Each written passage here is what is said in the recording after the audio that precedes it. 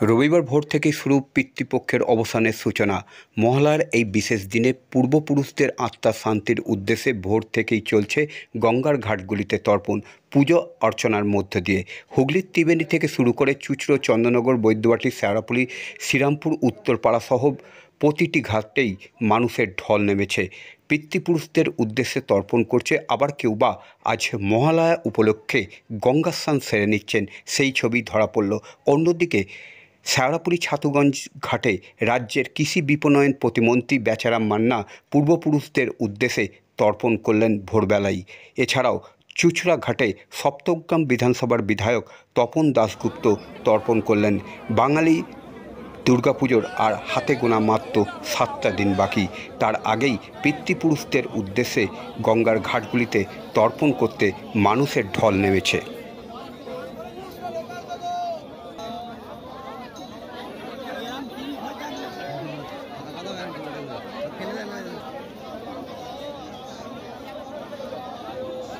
ও ঠাকুর মশাই বসে যান, ছবি পাচ্ছি না।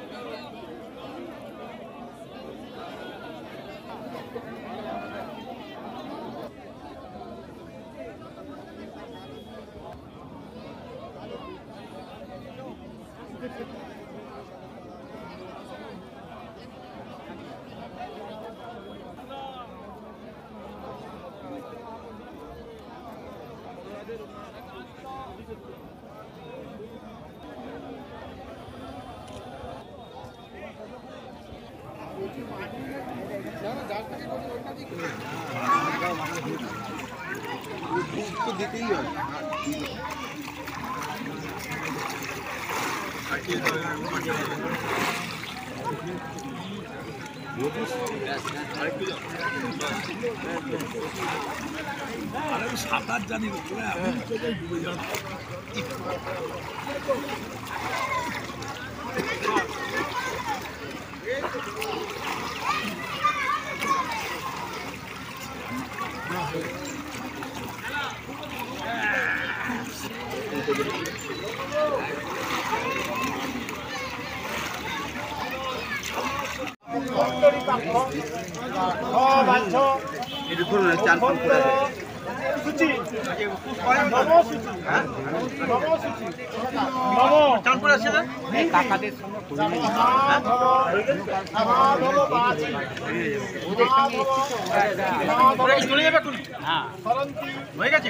সর্বমঙ্গল মঙ্গলং বরেণ্যং বরদং শুভং।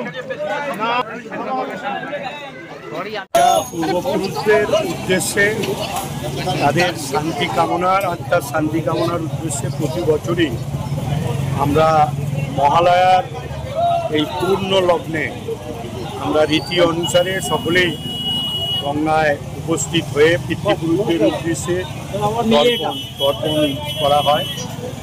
সেই তর্পণের মধ্য দিয়ে আমরা আগামী 1 বছর তাদের আশীর্বাদ নিয়ে আমরা চলি।